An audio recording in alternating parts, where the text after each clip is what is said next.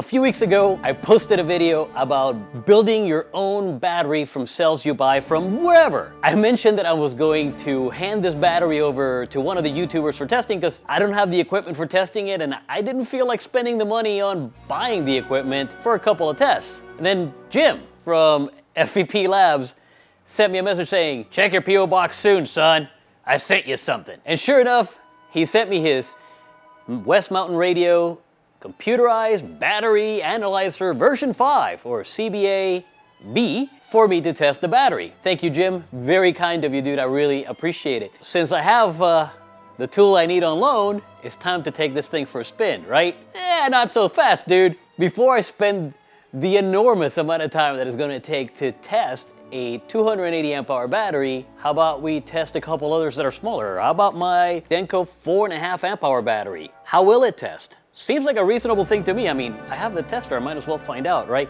Plus it lets me know if my test is at least close to valid, because I know that Dennis tests these things before he ships them, so I know for a fact that this battery has at least 4.5 amp hours on it. And if I can get at least that out of it or close to it, then I know that what I'm doing with the computer and the CBA-5 is accurate enough. But wait, there's more! I have my Bioenno 12 amp hour battery. I've cycled it a few times. I think it's worth to find out the health of this, right? So we're gonna start with the 4.5 amp hour Denko battery, go to the 12 amp hour Bioenno, and then we have the 260 amp hour battery that I bought from Steve, and the 280 amp hour battery that I built for me. This is gonna take a few days overall to shoot. Let's see what happens with each one of these batteries. Let's go have a look. Drum roll, please.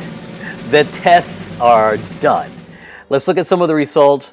I decided to batch everything at the end together because it just makes more sense to me to see everything one right after the other. Let's have a look. First, we're gonna start with the Denko. We know the Denko is 4.5 amp hours. How do I know this?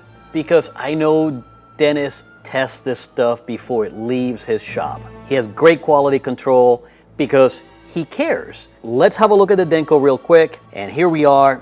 The Denko started nice and strong at 13 point something rather other volts, and it maintained a predictable voltage drop all the way through, and it tests out at a 4.791 amp hour capacity.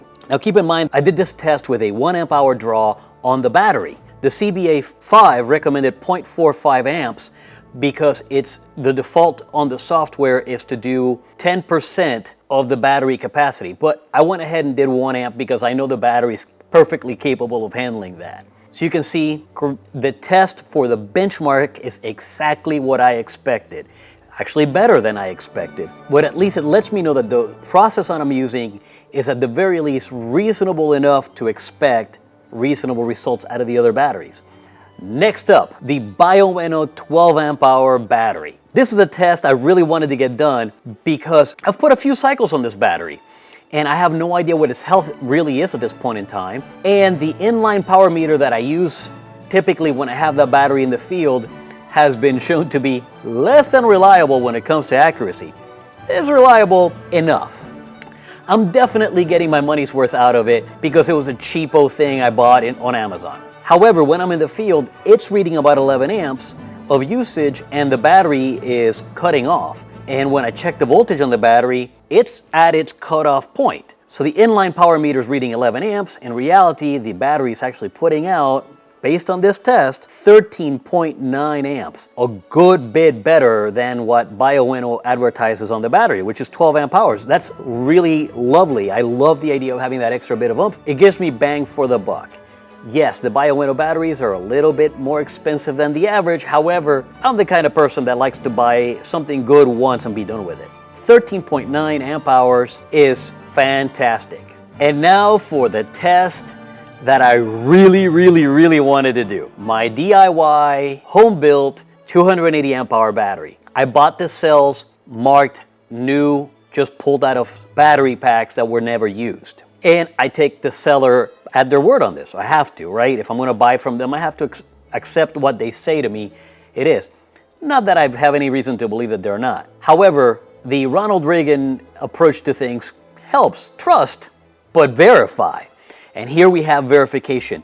this test is actually not exactly 100% accurate on what it's delivering, because this doodad cuts itself out if it's over temperature, as well it should. And I had to restart the test twice because I was picking different amperages for the draw on the test to get it to complete. The first time I did 20 amps, I think it was, and it didn't take very long before it errored out.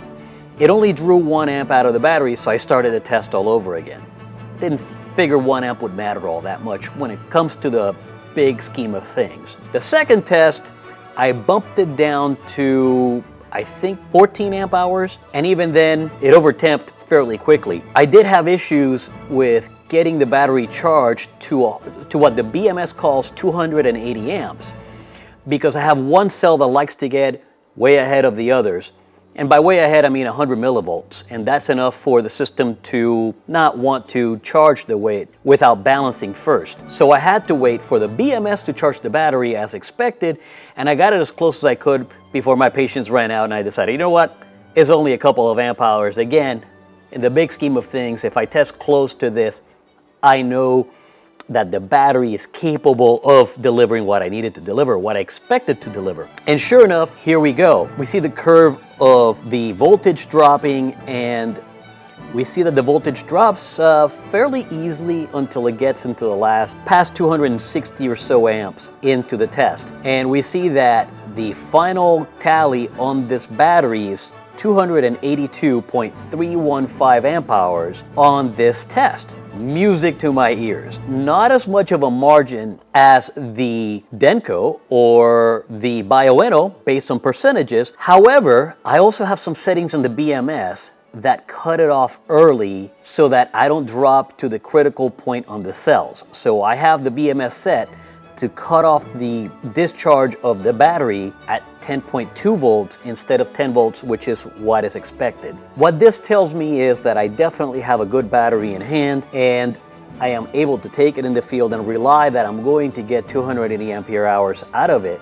I'm going to test my 260 amp hour battery, but I'm not gonna make it part of this video. On this test for the 280 amp hour battery, I set it to 8 amp hours, and even then, that took a very long time to complete. And I wanted to get this video done.